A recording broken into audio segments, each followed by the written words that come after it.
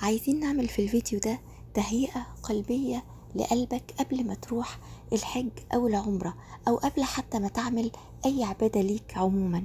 ليه تهيئة قلبية؟ لأن قلبك ده هو محل نظر الله سبحانه وتعالى، فما ينفعش تروح العمرة وتعمل المناسك زي ما احنا تعلمناها وانت مش واخد قلبك معاك ومستشعر كل حاجة انت بتعملها. احنا مش عايزين بس نحافظ على حضور قلبنا في الحج او العمرة، احنا عايزين نحافظ عليه في كل عباداتنا اللي بنعملها لله سبحانه وتعالى. فالعمرة والحج مش لف 7 مرات حوالين الكعبة بجسمك ومش واخد قلبك معاك، والصلاة مش طلوع ونزول وركوع وسجود وحركات من غير ما تكون انت بتعمل ايه. شكل العبادة الظاهري حاجة، وكونك انك تعمل العبادة صح وانت حاسسها ومستشعرها بقلبك حاجة تانية خالص، وشتان بين الاتنين.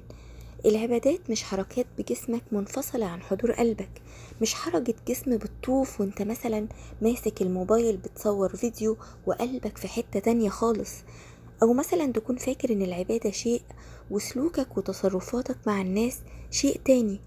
كتير من الناس دلوقتي إلا من رحم ربي طبعا ما بقتش بتاخد بالها من سلوكها وتصرفاتها في حياتها. الدين بس مش تأدية أركان، الدين سلوك، الدين أخلاق، الدين حياة كاملة انت بتعيشها. قل إن صلاتي ونسكي ومحياي ومماتي لله رب العالمين.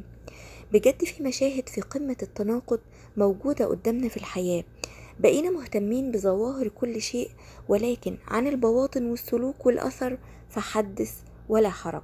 ونرجع ونسأل ونقول ليه القلب مش حاسس العبادة؟ هيحس القلب ازاي وهو مليان أمراض، من غفلة، من حقد، من كبر، من حسد، من سوء ظن؟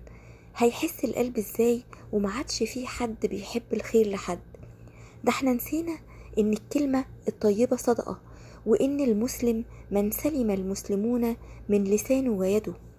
مين دلوقتي بيهتم بالكلمة اللي طالعة من لسانه وبيحسب ليها 1000 حساب قبل ما تطلع منه لا تكون فيها أذية لمشاعر غيره؟ ده احنا بقينا بنتعمد الأذى وبنتعمد نرمي بعض بالكلام الجارح وفاكرينها شطارة، ونقول بفخر ده أنا ثبته أو أنا علمت عليه وكلام كتير من ده. ونرجع ونقول أنا قلبي مش حاسس حلاوة العبادة ليه؟ مش حاسس عشان حضور القلب ده مش وليد اللحظة، ده أسلوب حياة ومراقبة كاملة لله في كل تصرفاتك على مدار حياتك. هو أنت فاكر إن الدين بيتجزأ أو إن تعاملك مع الناس حاجة وعبادتك حاجة تانية خالص؟ ده أكبر غلط، فصلك بين الدين والدنيا. وقلتها وهقولها وهعيدها مليون مرة، لو عبادتك لم تترك أثر في سلوكك مع الناس وفي أخلاقك فروح راجع عبادتك. والله يا جماعة شتان بين اللي فاهم واللي مش فاهم، واللي مدرك حقيقة الحياة واللي غايب عنه حقيقتها. اقروا الآية دي كده واسمعوها مني: وما الحياة الدنيا إلا متاع الغرور. أكيد الآية دي عدت عليك مليون ألف مرة وعارفها، بس تعالى معايا كده نشوفها بشكل مختلف. واهب الحياة بيقولك حقيقة الحياة يلي انت زعلان قوي عليها انها فايتاك، او فرحان قوي فيها لانك واحد حقك فيها، بيقولك انها متاع الغرور. يعني ايه متاع الغرور؟ يعني تمتع بيها واستفيد منها، ولكن ما تخليهاش تغرك او تغتر بيها. واعرف ان اي عمل بتعمله او سعي لو بعيد عن رضا الله فهو لهو وعبث. فخليك دايما شايف ربنا قدامك في كل تصرفاتك عشان قلبك ده تدب فيه الحياة. الله سبحانه وتعالى يقول: إن في ذلك لذكرى لمن كان له قلب أو ألقى السمع وهو شهيد. أخدت بالك من كلمة لمن كان له قلب؟ أصل مش كل من امتلك قلب نابض صاحبه على قيد الحياة. أصل في ناس عايشة لكن بقلوب ميتة ومش واعية لحقيقة الحياة. فهرجع وأقول تاني وتالت: القلب مفتاح كل شيء.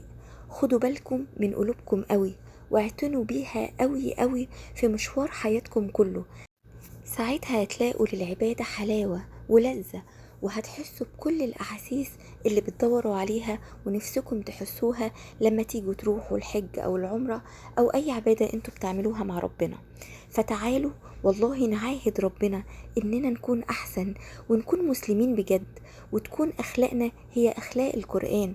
تعالوا نبدأ بنفسنا ونصلح من نفسنا، وتاخدوا بإيدي واخد بإيديكم للجنة. واعرفوا إن قلب سليم قصاده جنة نعيم، ومفيش حاجة هتنفعك إلا سلامة قلبك. قال الله تعالى: يوم لا ينفع مال ولا بنون إلا من أتى الله بقلب سليم. أحبكم جميعا في الله، والسلام عليكم ورحمة الله وبركاته.